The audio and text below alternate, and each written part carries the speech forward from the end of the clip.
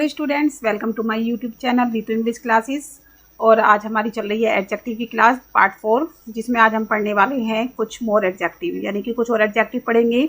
इससे पहले वाली क्लास में हमने एडजेक्टिव के रूल पढ़े थे, तो अब हम थोड़े से और एडजेक्टिव पढ़ने वाले हैं। जो एडजेक्टिव क्या होते हैं, थोड़े से बहुत कन्फ्यूजिंग होते हैं। सम एडजेक्टिव्स आर कन्फ्यूजिंग, यानी कि कुछ एडजेक्टिव ऐसे होते हैं जो कन्फ्यूजिंग होते हैं अपने मीनिंग में। मतलब हम उनको कई बार क्लियरली समझ नहीं पाते हैं कि कोई हमारा blank fill in the blank आया है या कोई हमारा एरर आया है, तो हम क्लियरली उसको समझ नहीं पाते कि इसका एक्चुअल में मीनिंग है क्या।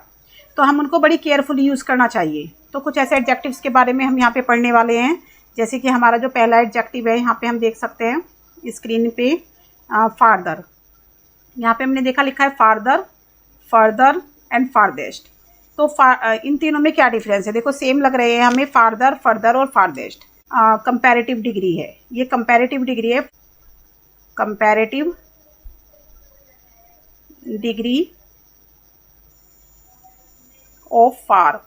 ये फार की कंपैरेटिव डिग्री है। फार का मतलब होता है दूर, फार का मतलब होता है दूर। तो ये जो है फार्दर हमारी फार की कंपैरेटिव डिग्री है, फार्दर। और ये जो हमारी फारदेस्ट, फारदेस्ट जो है वो सुपरलेटिव डिग्री है। फारदेस्ट इज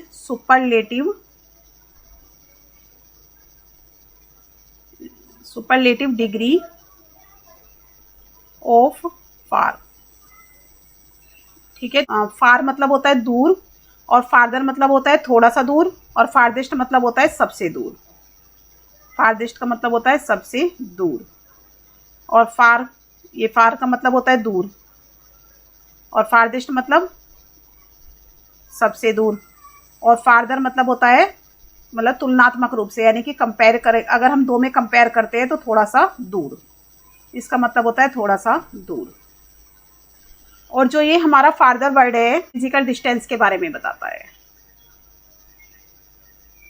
ठीक है, डिस्टेंस से रिलेटेड है कि ये जगह थोड़ी सी दूर है। जैसे हम इसमें एक एग्जाम्पल के थ्रू इसको समझ लेते हैं।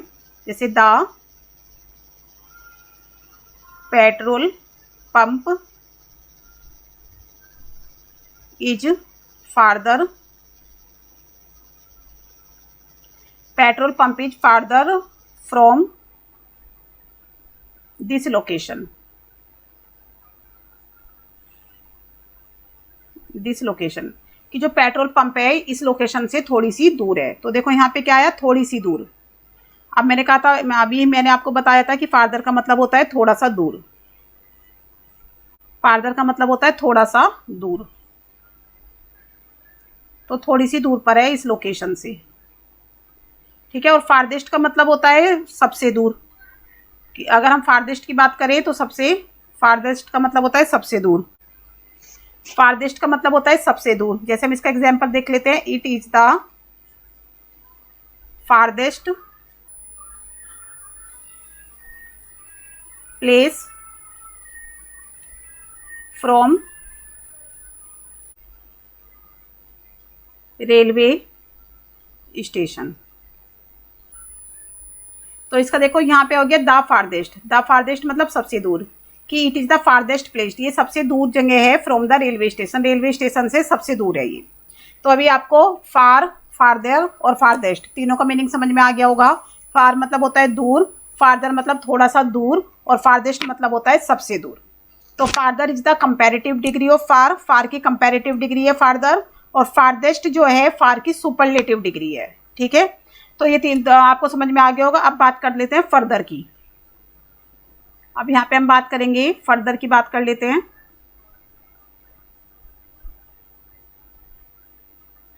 फर्दर का मतलब होता है आगे, फर्दर का मतलब होता है आगे, या इसको हम दूर भी कहते हैं। फर्दर का मतलब, अब ये फर्दर होती है, ये कंपैरेटिव डिग्री है। It is comparative degree, comparative degree of four. ये फोर की कंपैरेटिव डिग्री है, FORE, फोर। फोर का मतलब होता है आगे, ये फोर की कंपैरेटिव डिग्री है। फोर मतलब आगे, फर्दर मतलब थोड़ा सा आगे, और फारदेस्ट मतलब होता है, फारदेस्ट मतलब होता है सबसे आगे। तो इसको हम जो बात करती हैं फर्दर की, ये एक्शन के लिए करते हैं, इसको हम एक्शन के लिए करते हैं। जैसे उसको हमने डिस्टेंस के लिए किया था, ये फिजिकल डिस्टेंस, और यहाँ पे होती है फिगरेटिव डिस्टेंस। तो इसका एक सेंटेंस समझ लेते हैं, यहाँ पे एग्जाम्पल से समझ लेते हैं। फर्दर को हम एक एग्जाम्पल से समझ लेते हैं यहाँ पे। तो जैसे नो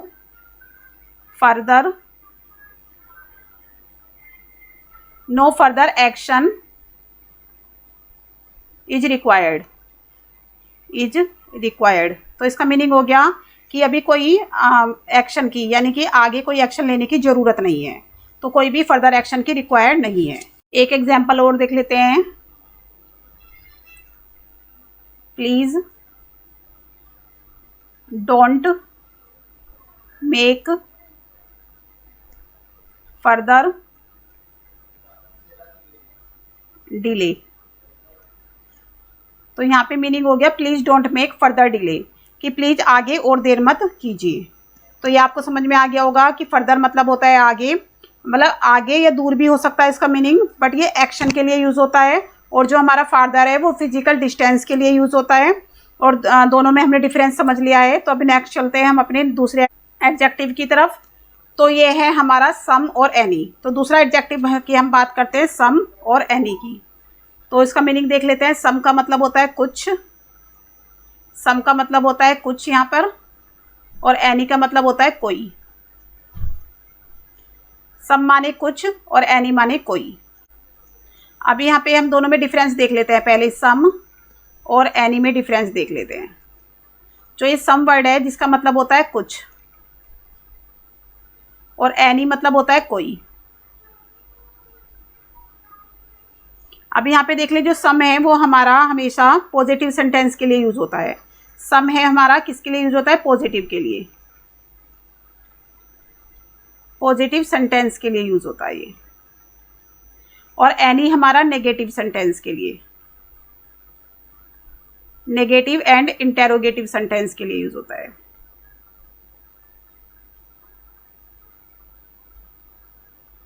इसलिए नेगेटिव और इंटेरोगेटिव सेंटेंस के लिए यूज होता है। अब जो सम है हमारा, ये दोनों तरह से यूज कर सकते हैं, काउंटेबल नाउन के साथ भी। इसको हम काउंटेबल नाउन के साथ भी यूज कर सकते हैं और अनकाउंटेबल नाउन के साथ भी यूज कर सकते हैं।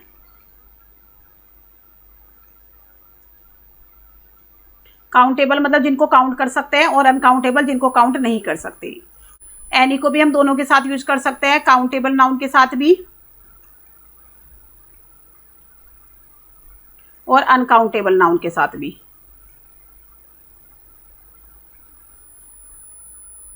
तो इसको भी हम दोनों तरह से यूज कर सकते हैं। अभी हम इसका एक सेंटेंस देख लेते हैं, दोनों का सेंटेंस से समझ लेते हैं इनको। एग्जाम्पल के थ्रू यहाँ पे हम समझ लेते हैं इनको। पॉजिटिव, पहले हम इसको समझेंगे पॉजिटिव प्लस अनकाउंटेबल के साथ। पॉजिटिव और अनकाउंटेबल नाउन के साथ इसको हम ले लेंगे सम को। तो यहाँ पे हम देखेंगे I have some information for you. I have some information for you.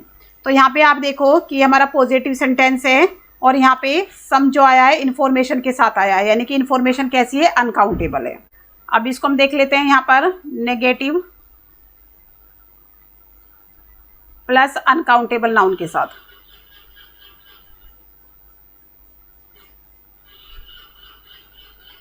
Negative plus uncountable noun के साथ। तो I don't have any information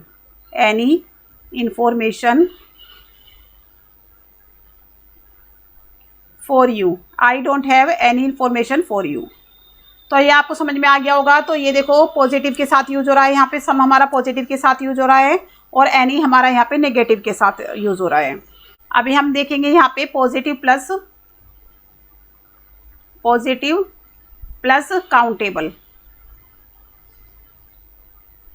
countable noun. तो यहाँ पे लिखेंगे आई हैव सम डॉग्स। तो मेरे पास कुछ डॉग्स हैं, तो अभी हम यहाँ पे देते हैं नेगेटिव प्लस काउंटेबल नाउन के साथ। तो यहाँ पे लिख देंगे I don't have any dog. I don't have any dog. तो यहाँ पे आपने देखा होगा कि जो सम का यूज होता है वो पॉजिटिव और काउंटेबल और अनकाउंटेबल दोनों के साथ हो सकता है, और एनी का यूज नेगेटिव और इंटेरोगेटिव में होता है, बट काउंटेबल और अनकाउंटेबल दोनों के साथ हो सकता है। अब यहाँ पे हम देख लेंगे, जब हम सम को हम प्लस इसको हम इंटेरोगेटिव के साथ भी यूज कर सकते हैं, इंटेरोगेटिव के साथ भी यूज कर सकते हैं, लेकिन इसमें क्या होनी चाहिए, रिक्वेस्ट होनी चाहिए। जब हम किसी से रिक्वेस्ट कर रहे हों तब हम इसको इंटेरोगेटिव के साथ भी यूज कर सकते हैं। तो कैसे हम इसको इंटेरोगेटिव के साथ यूज करेंगे, वुड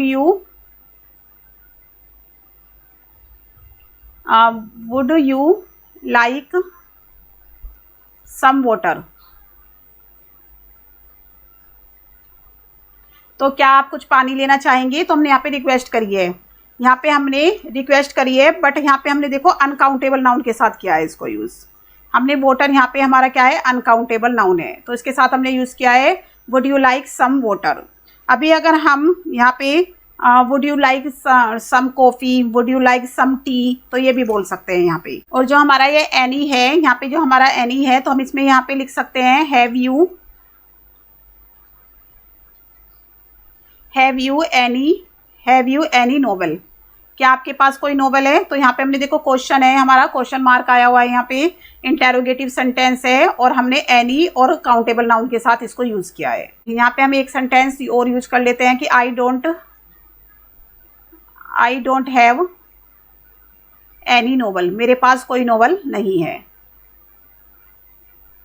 तो अब हमने क्या देखा, हमें क्या डिफरेंस समझ में आया सम और एनी में, कि जो सम होता है वो पॉजिटिव सेंटेंस में यूज होता है, काउंटेबल और अनकाउंटेबल दोनों के साथ, और इसका मीनिंग होता है कुछ। एनी का यूज पॉजिटिव सेंटेंस में नहीं होता है, बट हम नेगेटिव और इंटेरोगेटिव की बात करते हैं तो काउंटेबल और अनकाउंटेबल दोनों के साथ ही एनी का यूज हो सकता है। और यहाँ पे हम क्या देखते हैं कि अगर हमें इंटेरोगेटिव में सम का यूज करना है तो वहाँ पे हमें रिक्वेस्ट देखनी होगी, कि अगर कहीं पे रिक्वेस्ट हो रही है तब हम सम का यूज करेंगे इंटेरोगेटिव सेंटेंस में, और वो भी अनकाउंटेबल नाउन के साथ। ठीक है, ये आपको समझ में आ गया होगा सम और एनी में डिफरेंस। यहाँ पे हम देखते हैं एज का जो वर्ड होता है वो सिमिलैरिटी के लिए किया जाता है।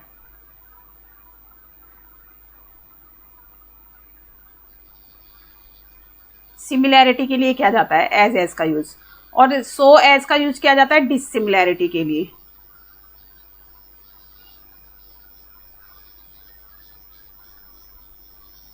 यानी अनलाइकनेस। ठीक है, और जो ये होता है ये हमेशा पॉजिटिव में यूज होता है, पॉजिटिव में, और ये नेगेटिव में यूज होता है सो और एज का। और ये कंपैरिजन के लिए होता है, ये जो होता है एज और सो एज का यूज कंपैरिजन दिखाने के लिए होता है। कंपैरिजन के लिए इसका यूज किया जाता है। तो एक सेंटेंस के थ्रू समझ लेते हैं इसको। He is as intelligent as his brother, कि वो इतना इंटेलिजेंट है जितना उसका भाई, तो अपने भाई के जैसे ही इंटेलिजेंट है वो। और हम इसको अगर हम सो और एज का देखें तो ये आ जाएगा आपका he is not so intelligent as his brother, कि वो इतना इंटेलिजेंट नहीं है जितना उसका भाई। तो यहाँ पे हमने दोनों में कंपैरिजन की है, दोनों ही सेंटेंस में हमें कंपैरिजन दिख रही है, बट एक पॉजिटिव सेंटेंस में दिख रही है, एक नेगेटिव सेंटेंस में। तो अगर हम पॉजिटिव का यूज़ करेंगे तो दोनों ही हमारे एज और एज का यूज़ होगा, और अगर हम नेगेटिव की बात करें तो हमारा सो और एज का यूज़ होगा नेगेटिव सेंटेंस में। तो बस इसका इतना सा ही फ़र्क होता है इसमें। तो ये एज और सो एज के बारे में आपको समझ में आ गया होगा, और जितने भी हमने अब तक पढ़े एडजेक्टिव वो सब समझ में आ गए होंगे आपको। आज इतना ही रखते हैं, और अभी कुछ एडजेक्टिव हमारे और बचे हैं जिसको हम अपनी अगली वीडियो में करेंगे। तो ये आई होप आपको ये समझ में आ गया होगा। तो अगर आपको मेरी ये वीडियो पसंद आई हो तो प्लीज़ आप मेरी वीडियो को लाइक करें, शेयर करें और मेरे चैनल को सब्सक्राइब करें। Thank you for watching this video.